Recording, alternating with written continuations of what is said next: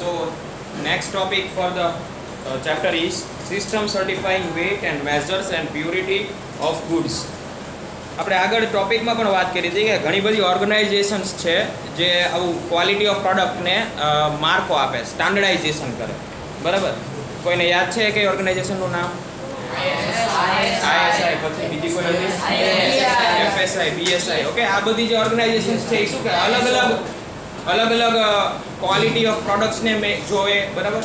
પછી અલગ અલગ એની ક્વોન્ટિટી, બધી ટોટલ જે કેરેક્ટરિસ્ટિક્સ હોય એક પ્રોડક્ટની સારા સ્ટાન્ડર્ડ બનવા માટેની જેટલી પણ કેરેક્ટરિસ્ટિક્સ હોય એ બધી ચેક કરે અને એના આધાર ઉપર એમને એ સર્ટિફિકેશન મળે. ઓકે, ફૂડના પણ સર્ટિફિકેશન હોય, ફૂડ ક્વોલિટીના પણ સર્ટિફિકેટ હોય, બરાબર? કોઈ ઓર્ગેનાઇઝેશન્સ હોય, સપોઝ માની લો કે સ્કૂલ છે તો સ્કૂલને પણ સર્ટિફાઈડ કરતા હોય આ બધી ઓર્ગેનાઇઝેશન કે એની કેવી પ્રોપર વેથી ચાલી રહી છે, કે એનો કોર્સ કેવો છે, કોર્સ ડિઝાઇન કેવું કરેલું છે. ઓકે, આખું જે મટીરિયલ કે આખું મેનેજમેન્ટ છે એને પણ સર્ટિફિકેશન મળતા હોય ઘણી જગ્યાએ ઓર્ગેનાઇઝેશન. એટલે આ બધી સંસ્થા શું કરે? સર્ટિફિકેશન દેવાનું કામ કરે સ્ટાન્ડર્ડાઇઝ વસ્તુને. અને આપણે જ્યારે કોઈ પ્રોડક્ટ ખરીદવા જઈએ છીએ અને એ પ્રોડક્ટ ઉપર ISIનો માર્ક હોય એટલે આપણે સમજી લેવાનું કે this product ease of standard quality. એટલે પછી આપણે એમાં કંઈ ચિંતા કરવા જેવું છે નહીં.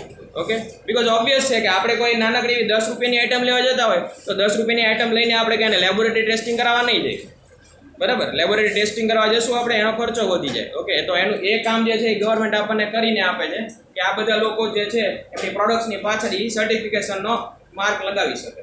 ઓકે, ઘણી પ્રોડક્ટમાં સર્ટિફિકેશન નંબર પણ એ લોકો લખે છે એટલે આપણે એ પણ ચેક કરી શકીએ ઓનલાઈન આ નંબર વેલિડ છે કે નહીં, કે સર્ટિફિકેટ સાચું છે કે નહીં. ઓકે, અને એ સર્ટિફિકેટ તમે ઓનલાઈન જોઈને એની વેલિડિટી પણ જોઈ શકો. System certifying weight and measures and purity of goods. For health and safety of consumer, government has set up many legal institutes which perform the task of checking the quality, quantity and purity of produce good and certifies them. એટલે આપણા protection માટે, કન્ઝ્યુમરના protection માટે ગવર્મેન્ટે ઘણી બધી organisations બનાવેલી છે જે અલગ અલગ વસ્તુની ક્વોલિટી, ક્વોન્ટિટી અને એની ગુડ્સની જે ક્વોન્ટિટી છે એના ઉપર એને સર્ટિફિકેટ મળે. ઓકે, અને બધાને સર્ટિફાઈડ કરે. તો એ બધી જે સર્ટિફિકેશન જે કંપનીને મળેલા હોય એ બધા લોકો એમની પ્રોડક્ટ ઉપર એનો લોગો લગાવી શકે સર્ટિફિકેશન. ઓકે, પાછળ જો અલગ અલગ લોગોસ આપેલા છે, ISIનો છે, ઓકે, BISનો છે. તો આ પ્રમાણના લોગો આપણને કોઈ પ્રોડક્ટ ઉપર જોવા મળે તો we can say that it's of standard. Now, Government of India established ISI, that is Indian Standard of Institute, in 1947 to regulate quality. 1947 ની અંદર ISI ની સ્થાપના કરવામાં આવી અલગ અલગ ક્વોલિટી ચેક માટે. Now, since 1986 it is known as the BIS. એટલે ISI નું જે નામ છે એ 1986 પછી કેવી રીતે ઓળખાય છે? BIS, that is Bureau of Indian Standard. The goods that meet the described standard and quality are allowed to use ISI mark. એમાં જે ફોર્મેટ આપેલું હોય એ પ્રમાણે જો તમારી પ્રોડક્ટ્સ જે છે એ બધી ફોર્મેટમાં જેટલી પણ પેરામીટર્સ આપેલા હોય એ બધા ફોલો કરીને તો એ બધા તમારી પ્રોડક્ટમાં હોય એ બધા એ ટાઈપના પેરામીટર્સ તો તમારી પ્રોડક્ટ જે છે એને સર્ટિફિકેશન મળી શકે. એવી રીતે એગ્રીકલ્ચર પ્રોડક્ટમાં પણ અલગ અલગ માર્ક્સ દેવામાં આવે છે. ઓકે, સર્ટિફિકેશન એગ્રીકલ્ચર પ્રોડક્ટ હોય ને એમાં પણ માર્કો દેવામાં આવે. Now, the agriculture product like food, forest product, horticulture and animal products are given the mark of egg mark. Egg mark જે છે ને જેમ ISI માર્ક છે ને એમ egg mark એટલે એગ્રીકલ્ચરલ માર્ક છે. Okay, it is implemented under the Agricultural Product on Act 1937. 1937 એટલે આ તો બહુ પહેલા નીકળેલો છે માર્ક. ઓકે, એગ્રીકલ્ચર પ્રોડક્ટ આપણે ઇન્ડિયાની અંદર બહુ પહેલેથી ચાલી રહી છે તો એની અંદર પહેલેથી જ આ માર્કો જે છે એ દેવામાં આવે છે. This scheme is run by the Directorate of Marketing and Intelligence, that is DMI, in the Ministry of Agricultural Government of India, which grant permission to the traders to use the egg mark. It is a consumer that any doubt regarding the quality of the mark, he can contact the regional office of the BIS. જો આપણે માર્કાવાળી વસ્તુ ખરીદી છે છતાંય અંદર આપણને કંઈક fault જોવા મળે છે then we can go and contact to the BIS એટલે Bureau of Indian Standard માં આપણે એની કમ્પ્લેન્ટ ફાઇલ કરાવી શકાય as a consumer. Okay, even gold ornaments are given BIS mark. Gold ના ઓર્નામેન્ટ્સ હોય, ઘરેણા હોય એની અંદર પણ આપણને BIS નો માર્કો જોવા મળે, 916 નો માર્કો જોવા મળે. Okay, so that we can confirm that it's of pure quality. એમાં જે ગોલ્ડ વાપરેલું છે એમાં કઈ ભેળસેળ કરેલી નથી એમ. Now 916 along with the purity, that is 916, which means quality and the purity of a gold is generated by certain parameters. These are BIS mark. Gold number, example 916 depicts that 22 carat of gold. Hallmark logo is given by the central government which shows the year of hallmark. Example J means jewelry manufactured in 2008. Okay આવી રીતે અલગ અલગ hallmark દેવામાં આવે છે. આપણે ઘણી product ખરીદો એની પર હોલોગ્રામ પણ જોવા મળશે તમને, બરાબર. એ પણ એક સ્ટાન્ડર્ડ ક્વોલિટીનો માર્ક છે. ઓકે, તો સોનું લેવા જાવ તો આપણે ચેક શું કરી? સૌથી પહેલા માર્ક જોવો ને તમે એની અંદર ઓરિજિનલ છે કે ડુપ્લિકેટ. આપણને કોઈક ઓરિજિનલના ભાવ લઈને ડુપ્લિકેટ પકડાવી દે તો શું કરવાનું? તો આ બધા જે શોરૂમ વાળા હોય, જ્વેલરી વાળા, એ બધા શું કરે? એ પહેલા જે બને ને જ્યારે સોનું, એટલે એને સર્ટિફિકેટ કરવું પડે, એની ઉપર માર્કો લગાવે. એ ગવર્મેન્ટ ઓથોરિટી કરે, બાકી કોઈ ન કરે. ગવર્મેન્ટના અહીંયા જ્યાં જાય લેબોરેટરીમાં, અહીંયા ટેસ્ટિંગ થાય ઘરણાનું, અને ઘરણા ઉપર પછી માર્કો લગાડવામાં આવે, અને માર્કો લગાડીને પછી તમને વેચવામાં આવે. તો આપણે જ્યારે ખરીદવા જઈએ તો આપણે એ માર્કાનું ચેક કરી લેવાનું, એની સાથે તમને નાનું સર્ટિફિકેટ પણ ઘણામાં જોડેલું હોય છે. Okay, mark of FPO, that is food product order, is used on jam, fruit juice, fruit or vegetable packed in tin. એટલે FPO નો માર્કો તમને શેના ઉપર જોવા મળશે? ફ્રૂટ અને વેજીટેબલ પ્રોડક્ટ્સ હશે ને અલગ અલગ, એની ઉપર જોવા મળશે. ઓકે, સોસની ઉપર જોવા મળે, સોસ બોટલની ઉપર હોઈ શકે, જેમમાં હોઈ શકે, ઓકે, જ્યુસમાં હોઈ શકે, જે ટેટ્રા પેક આવે છે ને જ્યુસના પેકેટ્સ, એની અંદર પણ તમને જોવા મળી શકશે FPO no Marco. BIS allow textile, chemical, insecticide, product of rubber, cement, electronic gadget to use ISI mark. Wool mark, it is given to the woolen product and dress. અહીંયા અંદર છે ને તમને અલગ અલગ લોગોઝ આપેલા છે કે કયા લોગોસ એના માટે યુઝ થાય છે.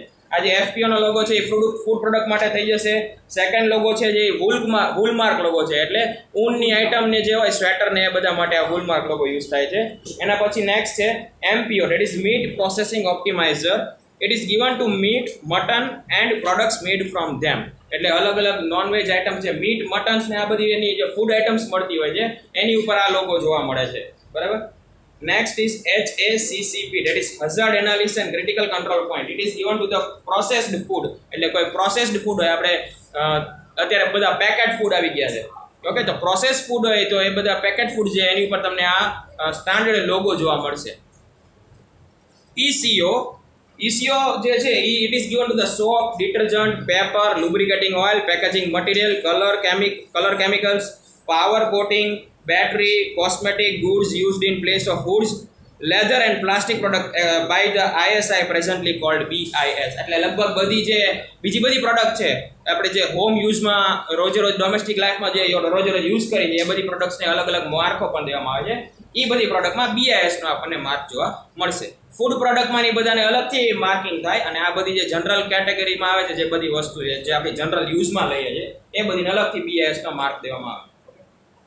Now which are the organizations which are running at a national level? The organization at a international level, national and international. Organizations at international level are two organizations are working at the international level for standardization of the product. First is ISO, International Standardization Organization. Okay, આપણે જેમ ઇન્ડિયાની અંદર BIS, Indian ISI અને BIS છે, એવી રીતે international level ઉપર પણ બે ઓર્ગેનાઇઝેશન કામ કરે છે જે આવી રીતે સ્ટાન્ડર્ડ દેવાનું કામ કરે છે. First is ISO, International Standardization Organization. Its headquarters is in Geneva, સ્વિટ્ઝરલેન્ડમાં આવ્યું. Okay, it was established in 1947. Its main function is to provide certification of standard according to international standard. Example, series of ISO 9000 is given for environmental management system by international organization which is certification of officer and institute having high quality.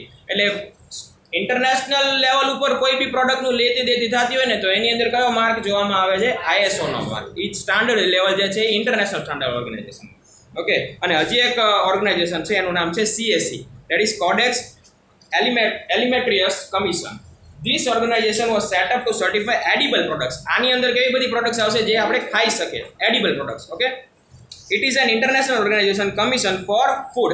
Special ફૂડની જેટલી પણ products હશે એ બધામાં CSE નો Marco જોવા મળશે, અને બાકી બધી જે પ્રોડક્ટ હશે એમાં ISO નો માર્ક જોવા મળશે. In 1963, Food and Agricultural Organizations, that is FAO, and World Health Organization, the WHO, established it.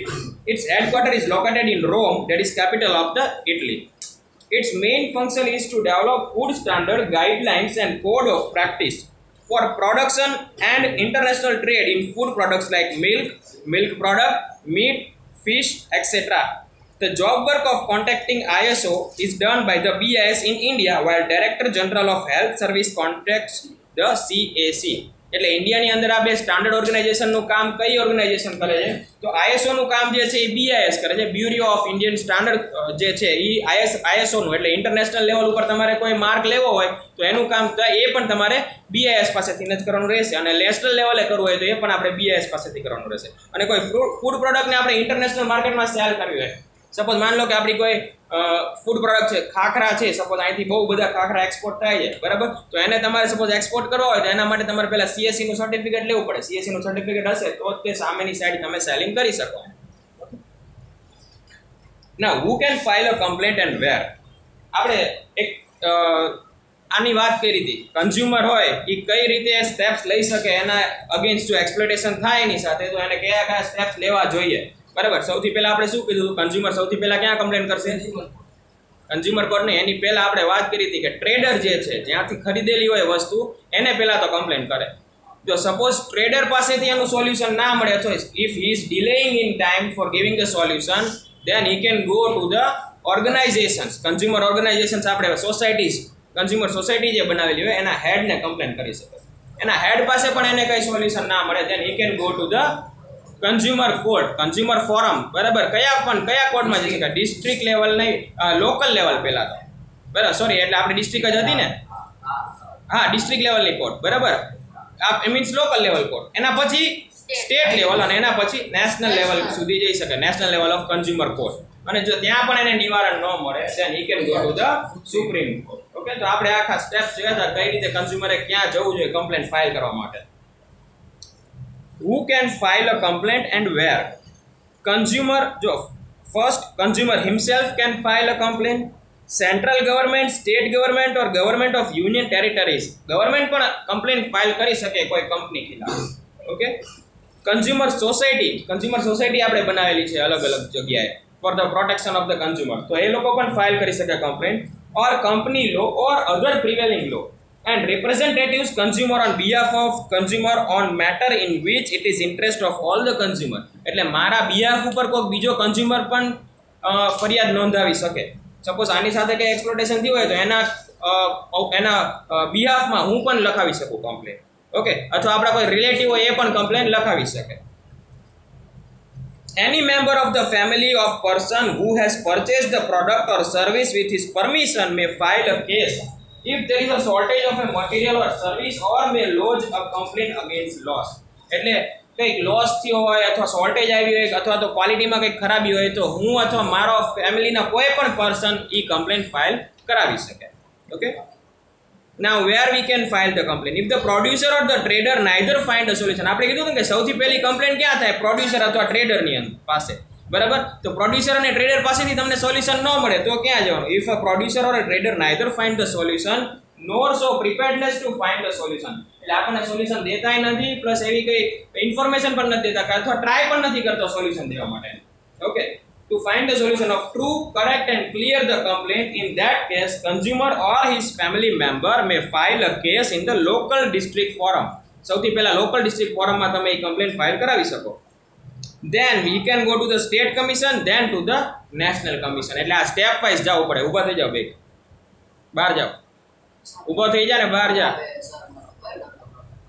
Stop. સો જો પ્રોડ્યુસર અને ટ્રેડર જો આપણને સોલ્યુશન ફાઇન્ડ કરવામાં મદદ ના કરે, then we can go to the local level court and then to the state level and then to the national level court. આપણને ક્યાંયથી solution ના મળે, નેશનલ કમિશન સુધી આપણને પહોંચી ગયા પણ ત્યાં પણ આપણને સોલ્યુશન નથી મળતું, then finally we can file our complaint to the Supreme Court also. They may complain in supply court, office of meteorology and consumer court, consumer society and collector office. એટલે કલેક્ટર ઓફિસમાં પણ આની complaint file કરાવી શકાય. Okay, consumer ફોરમમાં પણ કરાવી શકો, કન્ઝ્યુમર કોર્ટમાં કરી શકો, અથવા મીટિયોલોજીના ડિપાર્ટમેન્ટમાં કરાવી શકાય. આપણે વાત કરી હતી ને કે વેઇટ મેઝરમેન્ટ માટે સર્ટિફિકેટ આપે દર વર્ષે, જે સ્કેલ હોય, બરાબર, ત્રાજવું હોય જે જોખવાનું, એને પણ સર્ટિફાઈ કરાવવું પડે. એ સર્ટિફિકેશનનું જે કામ કરે છે ને ડિપાર્ટમેન્ટ, ત્યાં પણ તમે કમ્પ્લેન્ટ ફાઇલ કરાવી શકો. The consumer can file a complaint if the item or service is faulty or deficient or is not in accordance with the agreement of the prevalent law. Thus, consumer may file a case against deficiency in quality of type and purity of a good, less weight, etc. એટલે આ બધી તમારે જો આ બધામાંથી તમે exploit થતા હોય તો તમે આ બધા ખિલાફ કમ્પ્લેન્ટ ફાઇલ કરાવી શકો. ડેફિશિયન્ટ એટલે આપણને જે કીધું એના કરતાં કંઈક ઓછું મળે છે ક્વોલિટીમાં અને ક્વોન્ટિટીમાં બધી રીતે. ઓકે, ક્વોલિટી ડિસ્ક્રાઇબ કરેલી છે એ ટાઈપનું આપણને નથી મળતું, આપણી સાથે કંઈક છેતરવાની થઈ અથવા ભાવ જે લખેલા છે એના કરતાં વધારે લે છે તો પણ તમે એક્સપ્લોઇટ થયા કહેવાય. ઓકે, એવા સમયમાં પણ તમે આપણે મેકડોનાલ્ડનો કેસ જોયો હતો ને, એમાં એવું થયું હતું ને 85.50 પૈસા થતા હતા ને એને 8 આના કંઈક વધારે લીધા હતા. એટલે એ કયા બેઝ ઉપર કેસ ફાઇલ થયો કે એમઆરપી કરતાં વધારે પૈસા મારી પાસે લીધા છે એના ઉપર કેસ ફાઇલ થઈ શકે. ઇવન તમારી સાથે કંઈ પ્રોપરલી બિહેવ ના કરે ટ્રેડર્સ અથવા તમારી કોઈ મજાક ઉડાવે તો પણ તમે કન્ઝ્યુમર એઝ એ કન્ઝ્યુમર તમે કન્ઝ્યુમર ફોરમમાં કમ્પ્લેન કરાવી શકો. Okay, and now how to file a complaint. A victim may file a complaint in simple and clear language. આપણે ખાલી સિમ્પલ અને ક્લિયર લેંગ્વેજ, કારણ કે ઓબ્વિયસ છે આપણે વકીલાત નથી ભણેલા એટલે આપણને પ્રોપર ફોર્મમાં આખું ડ્રાફ્ટિંગ કરતા ના ફાવે કમ્પ્લેન્ટનું. ઓકે, તો તમે ખાલી તમારા ભાષામાં સારી સિમ્પલ અને સરળ લેંગ્વેજમાં કમ્પ્લેન્ટ લખીને ફાઇલ કરી શકો. Okay, either typed or handwritten or through email, whether એટલે એમાં ટાઈપિંગ કરેલું હોય તો પણ ચાલે, હાથેથી લખેલું હોય તો પણ ચાલશે. If a victim goes to the court through lawyer, then he needs affidavit. જો કોર્ટમાં જતા હોય આપણે ફાઇલ કરવા કમ્પ્લેન્ટ તો ઓબ્વિયસલી આપણે કંઈક વકીલ રાખશું. ઓકે, તો જનરલી આ વકીલ જે છે ને એ બધું કામ કરી નાખતો હોય. ઓકે, એફિડેવિટ કરવાનું કે જે બી એફિડેવિટ મીન્સ આ વ્યક્તિ જે છે આ યાદ છે વ્યક્તિ, એની આઈડેન્ટિટી પહેલાં તો પ્રૂવ કરવી પડે પછી આપણે કમ્પ્લેન્ટ ફાઇલ કરી શકીએ. Okay, name of the applicant, address, contact number should be there in the application. એટલે આ ત્રણ વસ્તુ ફરજિયાત હોવી જોઈએ. એક તો આપણું નામ, હું ફાઇલ કરતો તો ઓબ્વિયસ છે મારું નામ તો હોવું જોઈએ, મારું એડ્રેસ અને કોઈ કોન્ટેક્ટ નંબર હોય એ પણ આપણે એમાં લખેલો હોવો જોઈએ. Write detail description of complaint and give the reason for complaining clearly. આપણી જે કમ્પ્લેન છે એને ટોટલ બધા વર્ડ્સમાં ડિસ્ક્રાઇબ કરીને આપણે ડિટેલમાં લખવાની છે. Enclose copy of supportive evidence or document released related to acquisition. Never give the original evidence. એટલે શું કહેવા માંગે છે કે તમારી પાસે કોઈ પણ પ્રૂફ હોય કંઈ પણ વસ્તુ, સપોઝ બિલ, ઓકે આપણે કંઈક વસ્તુ ખરીદી, સપોઝ માન લો રેફ્રિજરેટર ખરીદીને લાવ્યા અને એમાં 2 મહિનામાં કંઈક ખરાબી આવી ગઈ, હવે ટ્રેડર જે છે આપણને રિપ્લેસ કરવાની ના પાડે છે પણ મારી પાસે વોરંટી છે 1 વર્ષની. આપણે એ પણ જોયું હતું કે જ્યારે કોઈ બી ઇલેક્ટ્રોનિક આઇટમ ખરીદો તો એની સાથે વોરંટી કાર્ડ આવે એ તમારે ફરજિયાત ટ્રેડર પાસે ભરાવવાનું રહેશે. ઓકે, સાઇન અને સ્ટેમ્પ પણ એનો મરાવવાનો. ઓકે, તો એ આપણી પાસે એક પ્રૂફ થઈ ગયું. બીજું પ્રૂફ આપણી પાસે આ થઈ ગયું બિલનું. ઓકે, ત્રીજું પ્રૂફ આપણી પાસે સપોઝ ટ્રાન્સપોર્ટમાં આવ્યું હોય તો ટ્રાન્સપોર્ટની પરચી હોય કે કઈ જગ્યાએથી ક્યાં ટ્રાન્સપોર્ટ થયું છે એ પણ આપણી પાસે ચિઠ્ઠી હોય. તો આ 3 વસ્તુ થઈ ગઈ એટલે એ ત્રણેય આપણે એની કોપી જોડવાની રહેશે કમ્પ્લેનની સાથે. ઓરિજિનલ ક્યારે નહીં દીધા, ઓરિજિનલ આપી દો તો શું થાય કે ઓરિજિનલ સપોઝ કંઈક ગુમ થઈ જાય અને ઓલા એમ કે તમે જે દેખાડો છો આપણે સપોઝ એની કોપી બતાવતા ને જેમ કે આ તો હાથે છાપેલી છે, ઝેરોક્સ કોપી છે, આ માન્ય ના ગણાય ક્યારે, બરાબર? એટલે ઓરિજિનલ હંમેશા આપણી પાસે રાખો. Enclose bill, receipt of payment. If the payment has been done by check, then attach counter or give details of the check. એટલે જો ચેક સાથે આપણે પેમેન્ટ કરેલું હોય તો કાં તો આપણે બેંકનું સ્ટેટમેન્ટ આપી શકો. ઓકે, એમાં પણ આવી જશે કે આ ચેકમાં આ ખાતામાં પૈસા ગયા હતા. ઓકે, અથવા તો સ્લીપ જે ભરી હોય આપણે ચેક જમા કરવા માટેની એ પણ તમે દેખાડી શકો. ઓકે, અને કેશમાં પેમેન્ટ કર્યું હોય તો આપણી પાસે બિલ ફરજિયાત હોવું જોઈએ, આપણી પાસે નકર કોઈ એવિડન્સ નહીં રહે. Okay, enclose copy of conditions mentioned by seller, copy of advertisement, pamphlet, prospectus. Complaint may be lodged in any consumer forum by submitting appropriate fee as per amount of compensation claim. એટલે આપણે જોયું હતું કે અલગ અલગ ફોરમની અંદર અલગ અલગ લેવલ ઉપર અલગ અલગ કમ્પ્લેન્ટ્સ જે આપણે કમ્પેન્સેશન માગી શકીએ. પહેલામાં 20 લાખ હતું, પછી 1 કરોડ હતું, 1 કરોડની ઉપર જાય ત્યારે નેશનલ લેવલ હતું, બરાબર ને? આ રીતે સપોઝ તમારી જે પણ માંગ હોય એના આધારે તમે કોઈ પણ કોર્ટમાં જઈ શકો અને ત્યાં એની ફી પે કરીને તમે કમ્પ્લેન્ટ ફાઇલ કરી શકો. ઓકે, અને enclose copy of conditions mention. Okay, બીજું પણ તમે શું કરી શકો કે જ્યારે તમે કમ્પ્લેન્ટ ફાઇલ કરો છો તો એના જોડે તમે ઓલી બધી જાહેરાતના પેમ્પલેટ ને એવું બધું આવ્યું હોય જોડે, જેમાં લખેલું હોય કે 1 વર્ષની વોરંટી વાળું ફ્રીજ તમને આટલામાં મળે છે, બરાબર? એ હું ખરીદીને લાવ્યો હતો, હવે એમાં વર્ષની વોરંટી છે છતાંય મને બદલી નથી દેતા. તો તમે એમ કહી શકો કે મને અહીંથી ખબર પડી હતી કે આ 1 વર્ષની વોરંટી છે, એમને આ પેમ્પલેટ આવ્યા હતા મારા ઘરે, તો એ પેમ્પલેટ સાચવીને રાખવાનું, એ પણ સાથે જોડી દેવાનું ઓરિજિનલ પેમ્પલેટ. અથવા છાપામાં જાહેરાત આવી હોય તો એનું કટિંગ છાપાનું કટિંગ એની સાથે જોડી દેવાનું. Now, consumer may lodge a complaint within 2 years of emergence of reason of complaint. Okay, 2 વર્ષ સુધીમાં તમે કમ્પ્લેન ફાઇલ કરી શકો, કારણ કે ઘણી વસ્તુ હોય એમાં 3 વર્ષની વોરંટી પણ હોય છે. Okay, now any consumer may call on Gujarat state helpline toll free number. This is the Gujarat state helpline toll free number or national level helpline number. એનો પણ નંબર આપણને આપેલો છે. આ 2 કન્ઝ્યુમર લેવલ રિલેટેડ આપણી ફરિયાદ જે છે ત્યાં સાંભળશે.